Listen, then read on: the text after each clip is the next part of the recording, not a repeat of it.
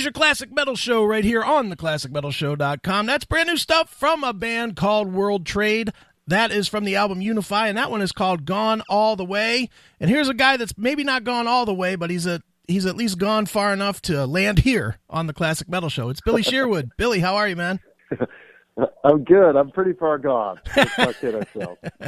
I hear you, man. How are you? Good, man. Good. Can't complain, dude. Well, dude, I have to tell you, this is a new band to me. I know it's not a new band, but I mean, a 20-year gap in releases, that makes you a new band, don't you think? Yeah, well, we wanted to take our time, make sure that, we got everything right. Don't want to rush these things.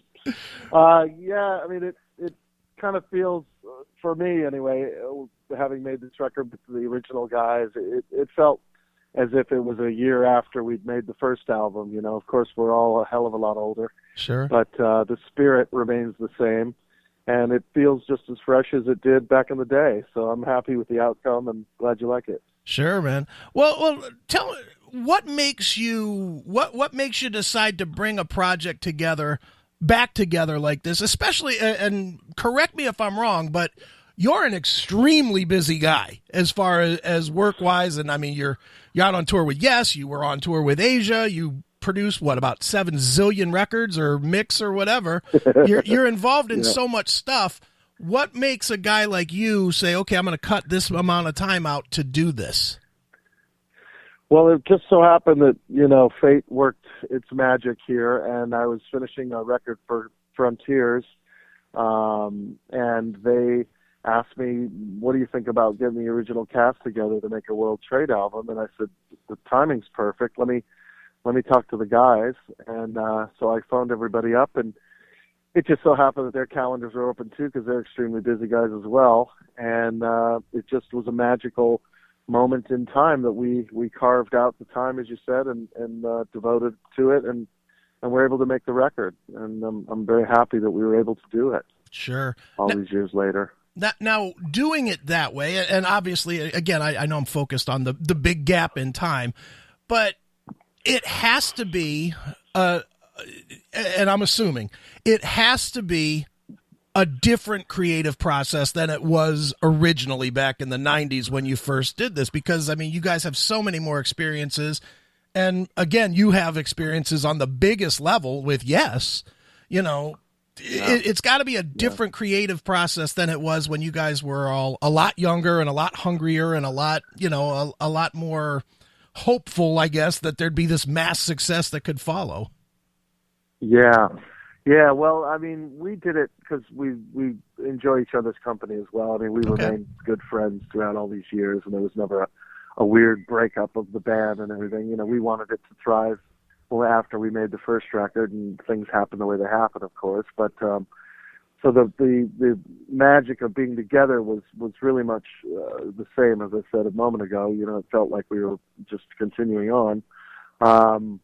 And the differences, I would say, are more shown in the way that you make records these days. In other words, everyone has a studio at home, and so you're not all collected around this one location for 7-8 weeks making the album.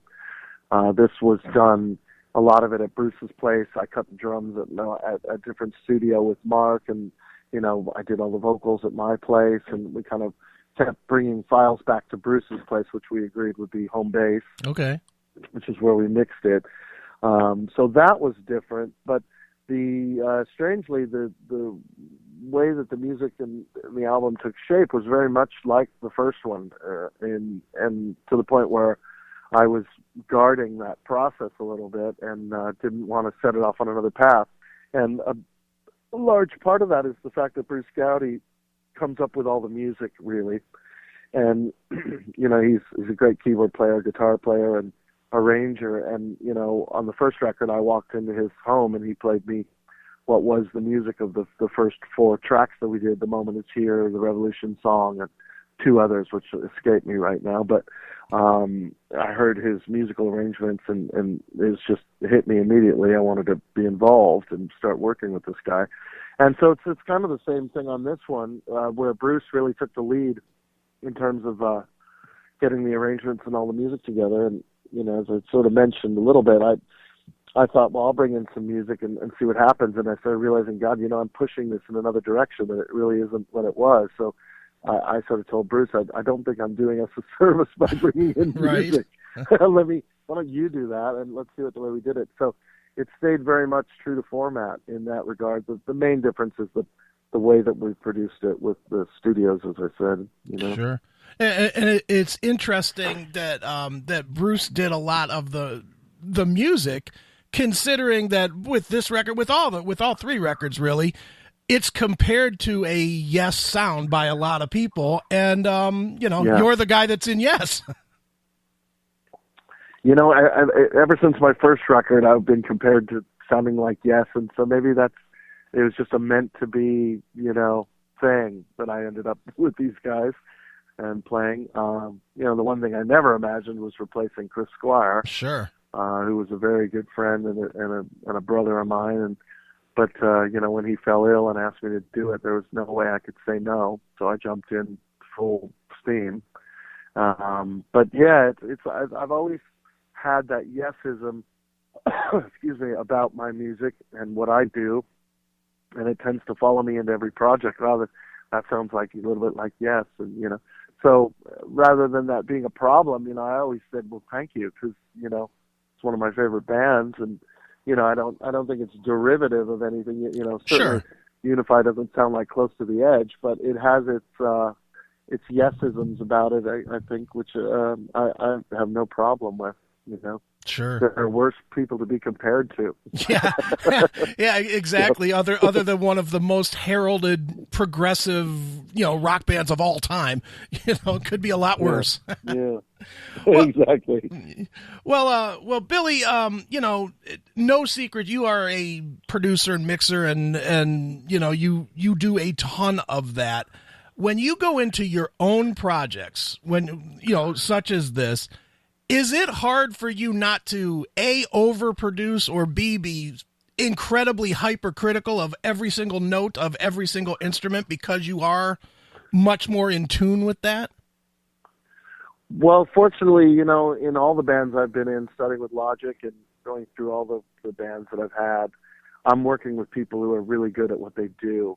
And so I tend to actually go the other direction and back up, and I want their creative input, and I want to hear where they think they should take things, and I sort of let the control freak in me just go away.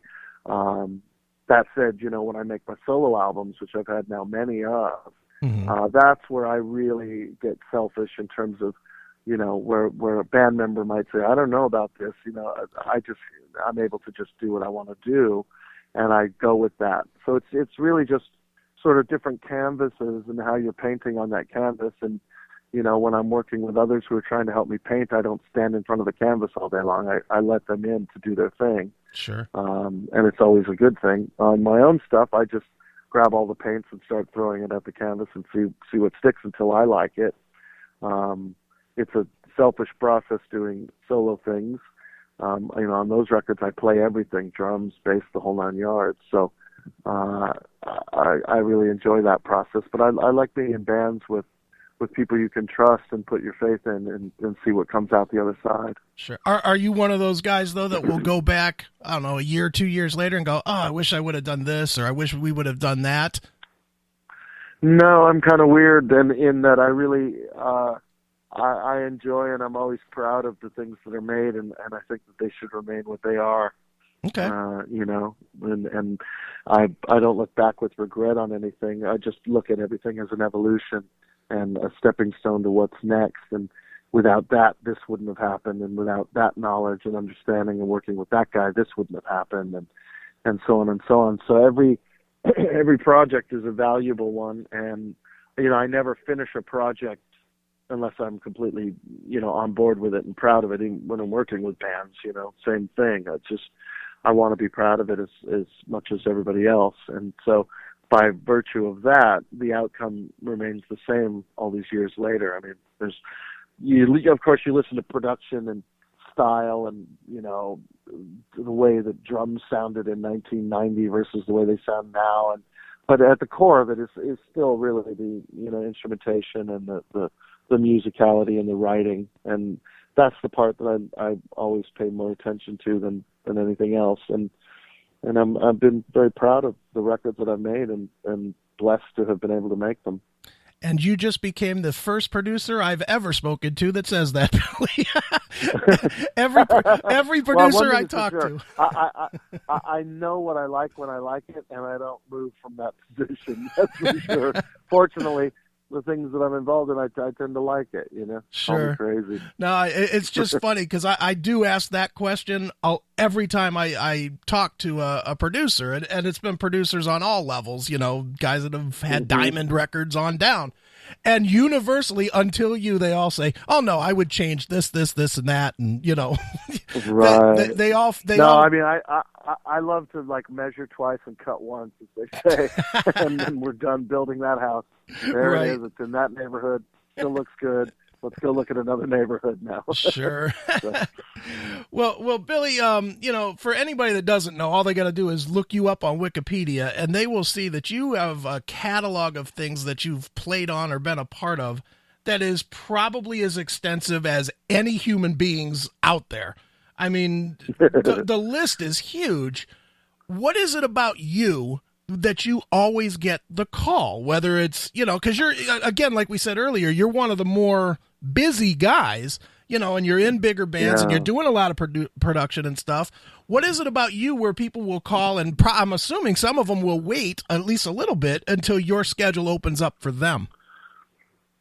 Well, it's all part of this one career path that I've been focused on since I was, made my first album with Logic, and staying true to the kind of thing that I want to do and working with great people. And that's really where it begins and ends. And one thing leads to another. For instance, in 1993, I was fortunate enough to produce the Paul Rodgers record called Paul Rodgers' Muddy Water Blues. Right. Which had a Grammy-nominated album and had all these amazing guitar players on it. It was sort of at the very beginning of all those tribute records. There hadn't been a ton of those being made. Mm-hmm. And once I made that record, I started getting a lot of calls from various labels. Would you like to do the same type of thing, but we'd like it to be an homage to Queen or to Genesis or to this band or that band.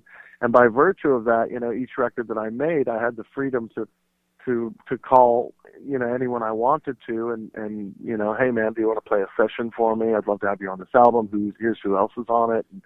And by virtue of that, I've met a lot of musicians who are amazing and worked with a lot of people. And one of those people, just as an example of how this path takes its own shape after a while, John Wetton had performed on a lot of the tribute records that I made, and he was always a willing participant. He's on many, many albums that I've made at this point.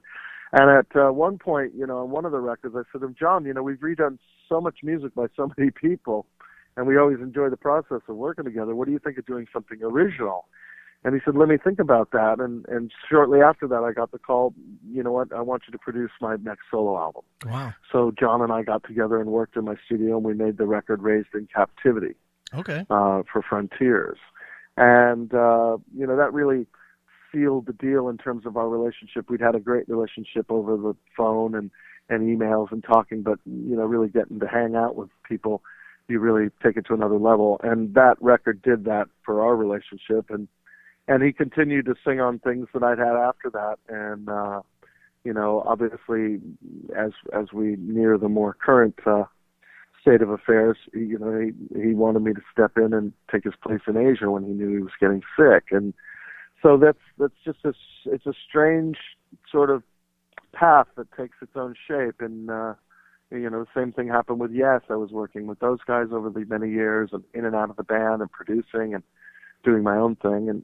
And then that band came back into my life in a very most bizarre, surreal way where, Chris wanted me to take his position. Right. And, really wanted Yes to continue. So these various paths that sort of set themselves off early on in life have blossomed into many different roads that I've been able to take. And as I said before, it's just a blessing to be able to do so, because I have worked with just about everyone who I've ever wanted to hang out with or work with at this point. There's only a few left, and I'm trying to get a hold of Sting and Kate Bush and Peter Gabriel. That's the big three. Wow. to figure out a road to. Sure. But other than that, man, I'm pretty. It's been pretty amazing to be able to do what I've been able to do, and I'm proud of all the records I've made with these people. Sure. You know? I'm not going to ask you to name names, but have there been artists that you've turned down, not necessarily because you don't like them or their music, but it could be that, but more because you don't think what you bring would fit to what they do? Not really. I can't say there is, because you know, I look at music in a most peculiar way, where I don't have these definitive lines that can't be crossed and genres that can't be commingled, and so by virtue of that, I might have more of a metal player on this record and more of a prog player on a more metal record, or vice versa, and just to see what happens. You know, for me, it's all music, and it's all about the music. So I'm always into exploring that concept of mixing and mingling with different genres and people in their genres, pulling them out of their comfort zone a little. Of course, they got to be willing to participate. Yeah, in my experience doing this, it's, you know, everyone I've asked to participate on the records has said yes. So, in the spirit of pulling them out of their comfort zone and maybe pushing them into a different direction, they've been comfortable enough to do it, and so it sort of all works out. Excellent. Well, Billy, with the new record Unify from World Trade, will there be opportunities to get out and play a gig, a few gigs, a tour? What's it look like? We would love to play live. We've already spoken about the idea. The problem is, you know, scheduling and all of our busy worlds that we are committed to. Obviously, I'm very committed to Yes and also Asia now, which has my calendar pretty full. Sure. But if there's an opportunity to pull it off, we would certainly like to. Okay. And we'll just have to see how that goes. But we would love to get out there and play some shows. Sure. So what is next for you personally? I mean, obviously those two, when they're on tour, you're on tour. So, you know, do you have just last night was like the last gig of the Asia show. Okay. And it was a great gig in Maryland, D.C. And as soon as the gig was over, a half an hour later, I was in an Uber car with Jeff Downs and our manager, and we're driving to Pennsylvania for Yes rehearsals, which I'm going to be leaving in about an hour for. Wow. So it's just nonstop, and I like it like that. So I'm sure there'll be more things to do as we go forward with Yes in Asia, and then there's various studio projects I'm working on. I'm actually producing a tribute to Chris Squire right now and getting that together. I've got all the tracks cut. So once I finish this tour, which isn't going to be for a while, right. But once it's done, I'll be able to get back and focus on that a bit and get that rolling. And there's other things on the horizon too that are being talked about, which are interesting. So we'll just have to see. But I stay busy, as you know. Yeah, no kidding. Well, Billy, as a tradition on the show, we always let the artist pick a closing track from the new record. The new record, of course, is World Trade. The album is called Unify. So what should we play? Maybe tell us a quick story about that song. I really like the song called Same Old Song. All right. Which has sort of an Americana feel to it in the chorus with the banjo and the harmonicas and whatnot. And it's kind of the idea that you know, America is constantly sort of putting its nose into other people's business, if you will, and that you know, that could either be a good thing or a bad thing depending on your political persuasion.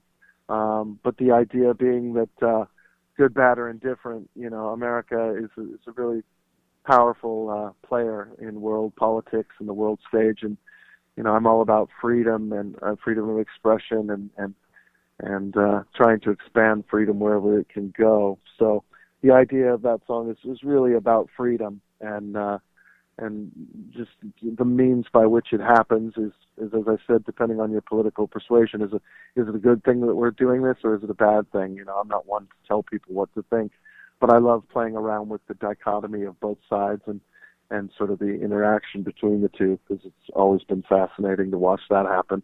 Excellent. And so that's what the song really reflects. All right. Well, let's check it out right now. This is World Trade. This is Same Old Song right here on your Classic Metal Show.